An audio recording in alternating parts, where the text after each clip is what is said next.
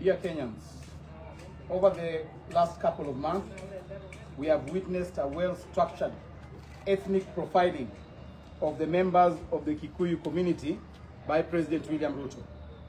This is a well-orchestrated move ahead of the 2027 elections in what Mr. William Ruto scripted in 2007 of the 47 versus 1.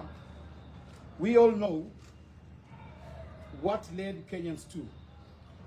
We lost over 1,300 Kenyans, and hundreds of thousands of Kenyans are up to date in IDP camps.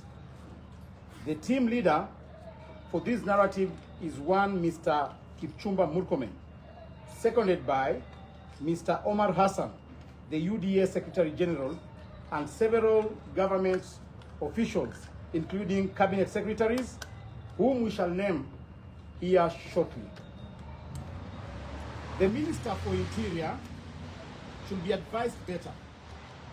As a lawyer, much logic is expected of him. Reducing critical security issues into an ethnic clash between the Kikuyus and the Kalenjin affair is bad for our nation. Mr. Murkomen, as you do your simple mind games, cattle rustling in Meru is wreaking havoc. Mandera, occupied by Jubaland forces, goons are taking control of several towns in Kenya. Leave politics and concentrate on your job, Mr. Murkomen. Secure Kenyans.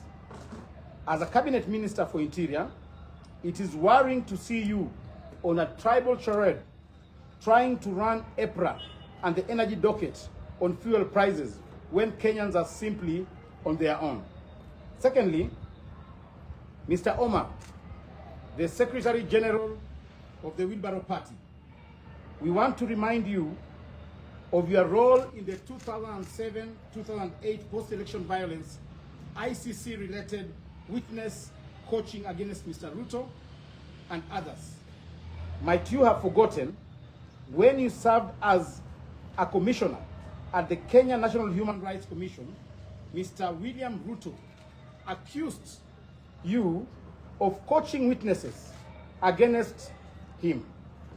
In his own words, Ruto said, "I also want to inform Mr. Omar Hassan, who is the schemer and the mercenary behind this whole scheme, that he cannot hire or rent or buy or sell or negotiate justice and truth." Mr. Omar Hassan, your house of lies, as described by Mr. William Ruto, seems to have become a shopping mall. Stop profiling Kenyans of Kikuyu origin. If you think it is the people of Kikuyu descent who have a problem with this government, when the truth dawns on you and your team, it will be too late to salvage yourselves. But unfortunately, you have already messed up the country. When Kenyans came out in the streets to demonstrate about high cost of fuel, mutilated payslips, dysfunctional SHA, failed education systems, it is not the Kikuyu versus the Kalenjin community. Mr. Murkomen, it is about 55 million Kenyans suffering high taxation, double standards, bad roads, poor policy, among others. When Kenyans in the northern Kenya are being butchered by the Jubaland forces, it is not Kikuyus versus Kalenjins. It is Kenyans crying because the government has failed to protect them. Teachers, civil servants, and all employees and Kenyans saying no to Mr. Ruto are doing so because of the personal pain they are going through, courtesy of Mr. Ruto and not the Kalenjin community. If then we buy to your opaque argument that 55 million Kenyans are fighting Ruto because he's a Kalenjin, we then need to argue that William Ruto is the only Kalenjin in Kenya and the 55 millions of us are all Kikuyus. So Mr. Omar Hassan, please spare us your thoughts on negative ethnicity. On the high cost of fuel, it is unfortunate that Kenyans are being treated to conmanship and blatant open thuggery through the pump. As if the damage you have caused to Kenya is not enough, you now want to mean it is William Ruto, who is a Kalenjin, that is being profiled. The government cannot purport that the high cost of living only affects the matatu sector.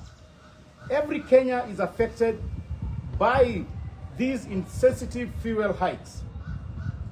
But the good thing, the government is digging its own political grave deeper. While addressing fuel costs, address every Kenyan, not a small pocket of transport sector.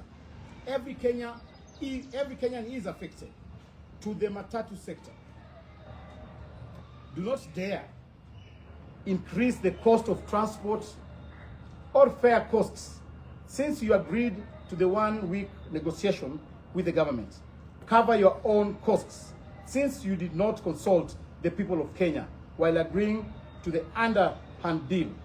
The high cost of fuel affects farmers, traders, manufacturers, and all Kenyans. So Ruto has simply messed up this country. And we ask him to address this issue and not hide behind the tribal card. How can you dare compare prices during the Uhuru Kenyatta administration and now? Are you saying that Kikuyus do not have the right to speak when things are going wrong in this country? But we all know that this balkanization is meant to hoodwink Kenyans on the punitive finance bill of the 2026-2027.